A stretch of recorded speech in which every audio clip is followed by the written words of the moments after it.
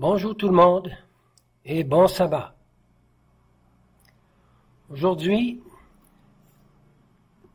la présentation s'intitule « Qui sommes-nous » Ce que plusieurs pensent aujourd'hui de ce qu'était ou est le message de 1888 est souvent erroné. Cela ne fait pas de différence parce qu'il n'y a personne ici qui est quelqu'un d'important théologiquement parlant. Vous n'êtes pas obligé de croire un seul mot de tout ce que nous avons à vous dire. Nous ne sommes pas des théologiens. Nous ne sommes pas plus intelligents que les pasteurs adventistes du 7e jour.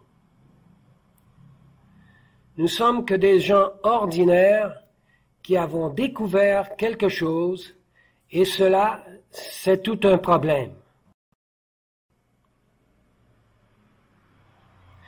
Plusieurs nous demandent qu'est le message de 1888, car ils ont entendu dire que ce message est dangereux. Maintenant, je dois vous dire qui nous sommes. Nous sommes juste ici, dans votre Bible. Si vous prenez votre Bible et que vous l'ouvrez, vous pourrez obtenir l'histoire et nous voir juste ici, dans le chapitre 7 de 2 Rois. Nous débuterons avec la dernière partie du chapitre 6.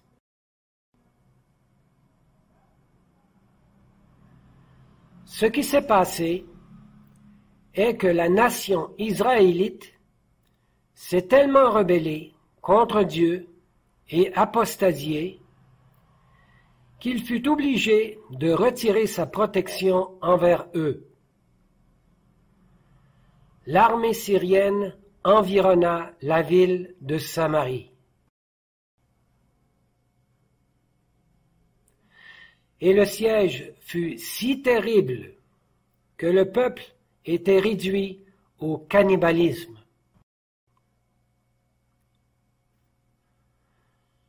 Le roi fut mis au courant de cette terrible affaire, et sa réaction fut selon le protocole des rois israélites.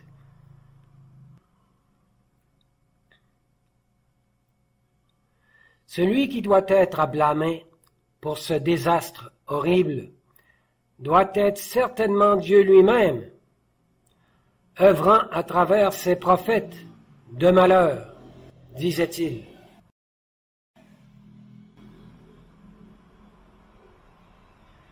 Celui qui est concerné en ce moment, c'est le prophète Élisée. Alors le roi s'est juré qu'il couperait la tête d'Élisée. Il envoya quelqu'un vers la maison d'Élisée.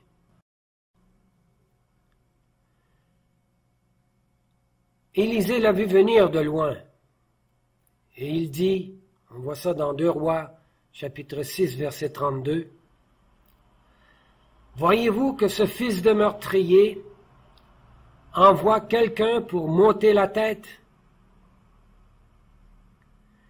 Et alors au chapitre 7, Élisée a répondu au peuple et au roi ceci. On voit ça au verset 1, le premier verset. « Ainsi a dit l'Éternel, demain, à 7 heures, la mesure de fine farine sera à 1 sicle, et la double mesure d'orge à 1 sicle, à la porte de Samarie. » Mais l'officier, sur la main duquel le roi s'appuyait, répondit à l'homme de Dieu et dit, on voit ça au verset suivant, « Quand l'Éternel ferait maintenant des fenêtres au ciel, cela arriverait-il? » Et Élisée dit, au même verset, « Voici, tu le verras de tes yeux, mais tu n'en mangeras point. » Et l'histoire continue. Il y avait 4 hommes qui étaient lépreux, qui mendiaient pour rester en vie. Ils avaient tellement faim qu'ils étaient persuadés de mourir de faim. Finalement, l'un d'eux eut une idée géniale. Étant donné que nous allons mourir de toute façon, alors allons vers les Syriens. Abandonnons Samarie et rendons-nous aux Syriens en nous reposant sur la bonne grâce de ces païens. Peut-être qu'ils nous donneront un peu de leur nourriture. S'ils nous tuent, alors quoi? Nous allons mourir de toute manière. Alors ils ont tous les 4 partis vers les Syriens.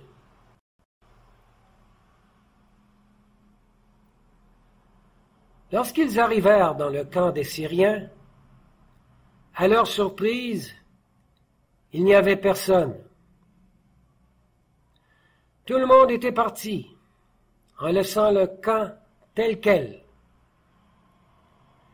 Il y avait de l'argent, de l'or, des vêtements et même de la nourriture.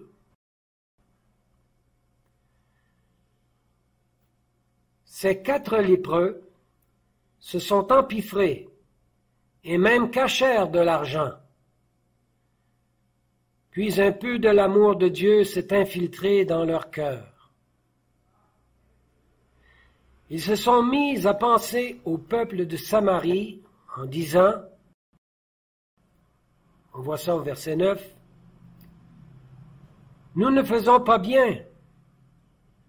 Ce jour est un jour de bonnes nouvelles, et nous gardons le silence. Si nous attendons jusqu'à ce que le jour soit venu, le châtiment nous atteindra. Venez donc, allons l'annoncer à la maison du roi. »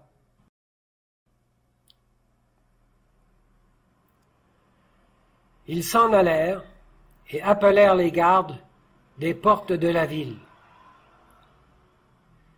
Ces 4 lépreux, eh bien, c'est nous. C'est tout ce que nous sommes. Nous avons trouvé quelque chose de très précieux.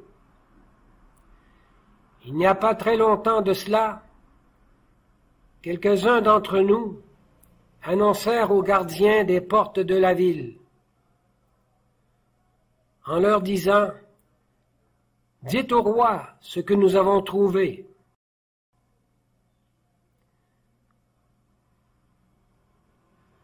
C'est pourquoi nous existons aujourd'hui en tant qu'Église et continuons à proclamer ce très précieux message.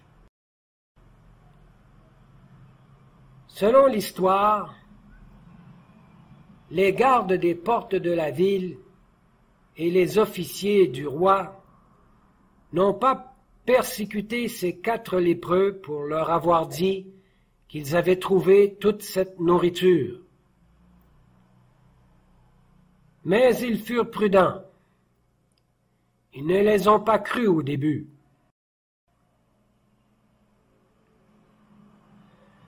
Mais ils ont fini par prendre la nourriture disponible.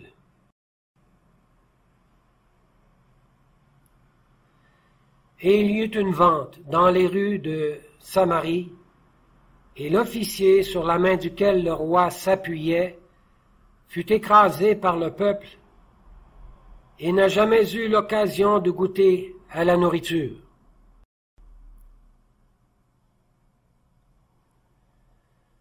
Nous avons essayé de raconter aux portiers de la ville cette merveilleuse découverte de ce qui était en fait le début de la pluie de l'arrière-saison.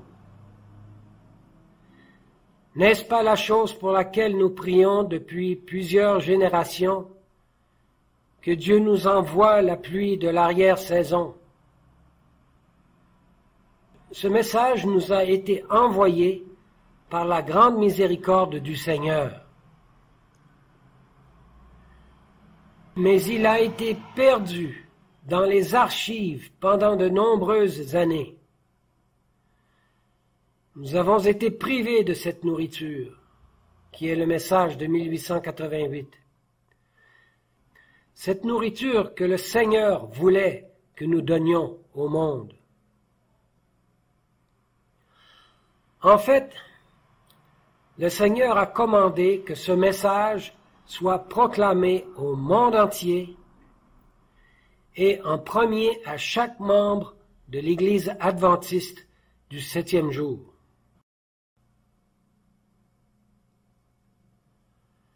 Voici ce que la servante du Seigneur a dit en rapport à l'objectif de Dieu.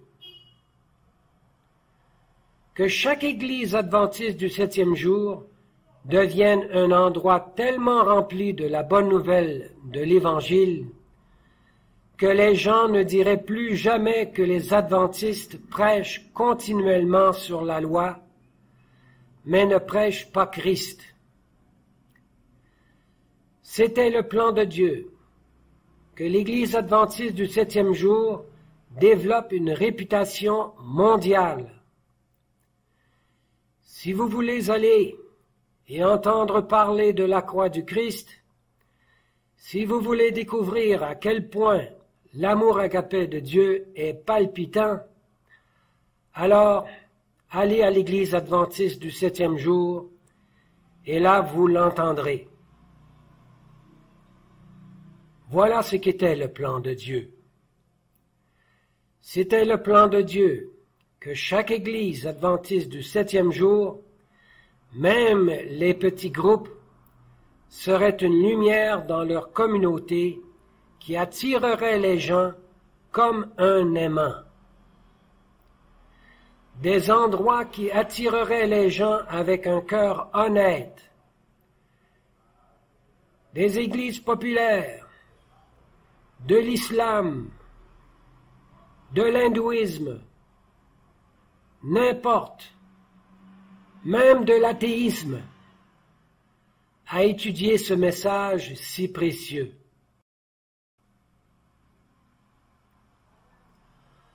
En ce moment, aux États-Unis, la simple mention de 1888 fait peur à la plupart des membres de l'Église adventiste du 7e jour. Plusieurs nous disent que toute cette idée est très fausse. Et il y a des gens qui sont bien plus intelligents que nous. J'ai souvent personnellement prié comme ceci. Ô Seigneur, s'il te plaît, donne-moi les yeux de ceux qui s'opposent au message. Aide-moi à voir comme eux voient les choses. Aide-moi à voir ce qui ne va pas avec mes convictions concernant ce précieux message. Mais si je lui tournais le dos, je serais vraiment embêté, car partout dans le monde, il y a maintenant littéralement des milliers d'adventistes du 7e jour qui aiment ce message. Pas de manière sentimentale, ni de façon superficielle. Ils ont étudié le message, ils ont vu les preuves, et ils croient de tout leur cœur que ce message est la vérité. Je suis ravi de savoir que ces gens existent de par le monde. Peu importe ce que nous pensons ou ce que nous disons, qu'est-ce que les Saintes Écritures disent?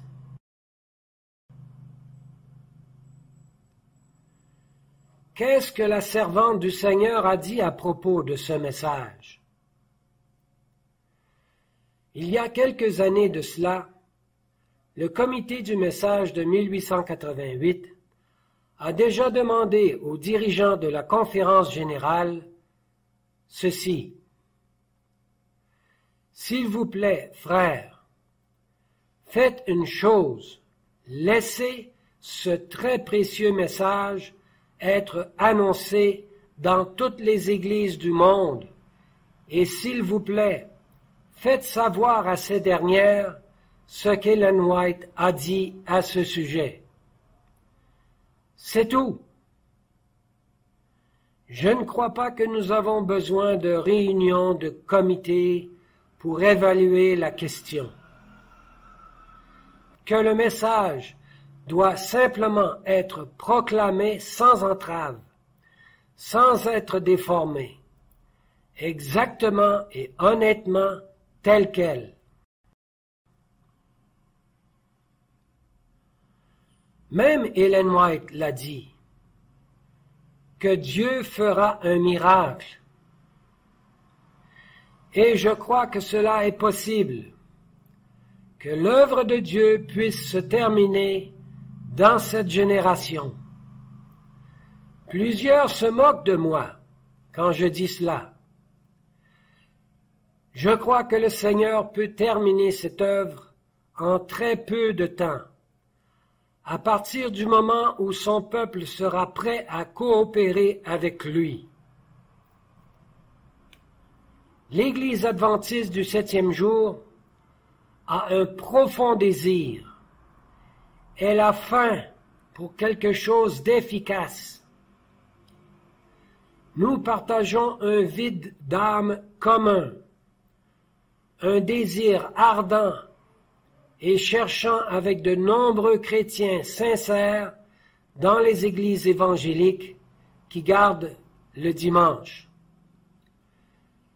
Je crois qu'il y a plusieurs chrétiens sincères parmi les prêtres de l'Église catholique romaine et parmi les pasteurs évangéliques. Des gens qui vivent selon la lumière qu'ils ont reçue, bien plus que nous, adventistes, vivons selon la lumière que nous avons reçue. Je n'ai pas l'intention de dire quoi que ce soit qui semble critiquer ces personnes.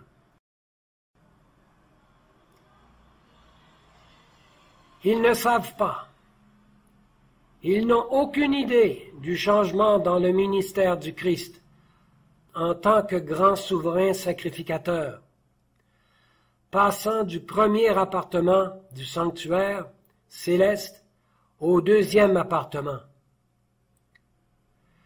Et ce changement dans le ministère du Christ en tant que grand souverain sacrificateur est la fondation de notre Église. Si nous perdons cela, nous devons accepter de devenir une Église baptiste du 7e jour. Et eux aussi sont des personnes bien intentionnées. Dieu a donné un message spécial aux adventistes du 7e jour.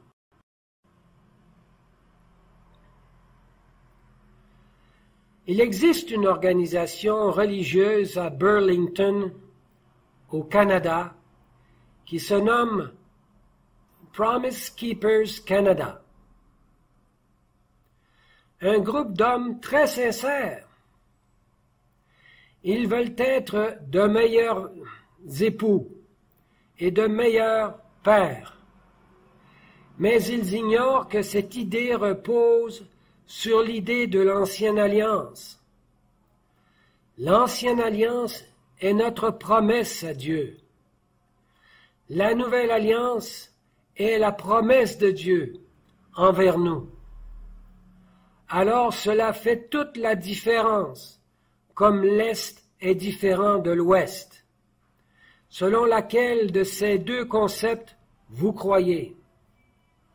En fait, les deux alliances étaient le sujet qui fut initialement le plus chaudement discuté à Minneapolis et pendant les années qui ont suivi. En 1898, le Seigneur a donné à Ellen White une vision dans laquelle il lui fut dit explicitement que le Seigneur a donné à Elliott J. Waggoner la vision correcte des deux alliances. Et cette compréhension de Waggoner est aussi simple que la lumière du soleil. Le peuple d'Israël a lui-même formé l'ancienne alliance au mont Sinaï. Cela n'a jamais été le plan de Dieu qu'il forme cette ancienne alliance. Ce que Dieu proposa à Israël au mont Sinaï était qu'ils croient simplement aux promesses qu'il a faites à leur père Abraham. C'est tout ce que le Seigneur voulait qu'ils fassent, rien de plus. Mais ils n'avaient pas la foi de Jésus que leur père Abraham démontra. Ce sont eux qui ont formé l'ancienne alliance. Dans Hébreux, au chapitre 9, il est écrit que même le sanctuaire que Moïse a fait construire dans le désert, même ce sanctuaire était un sanctuaire basé selon l'ancienne alliance. L'offrande de rivières de sang d'animaux ne pouvait même pas effacer un seul petit péché. Tout cela était totalement inutile. C'est ce dont parle le livre aux Hébreux. Ce n'était rien de plus qu'un échec total concernant l'ancienne alliance et le sanctuaire. Cela n'a jamais rendu quelqu'un avec un caractère parfait.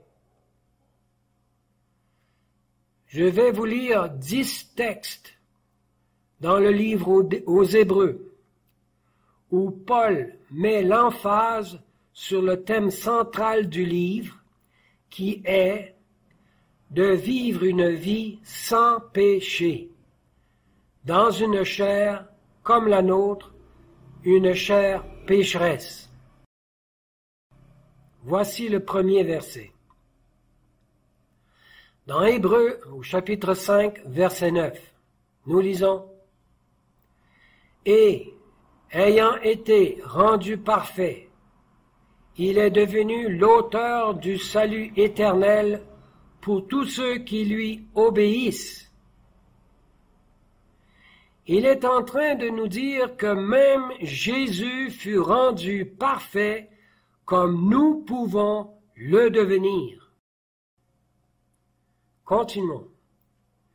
Dans Hébreux, au chapitre 5, verset 14. Mais la nourriture solide est pour les hommes faits, les hommes parfaits. On continue dans Hébreux 6, le premier verset. C'est pourquoi, laissant les premiers principes de la doctrine de Christ, ça c'est la maternelle, tendons à la perfection. Un autre verset, Hébreux, chapitre 7, verset 4. Nous lisons, « Or, considérez combien est grand, ça veut dire combien parfait, celui à qui Abraham, le patriarche, donna la dîme du butin. » C'est l'objectif de Dieu pour chaque individu sur cette terre. Continuons.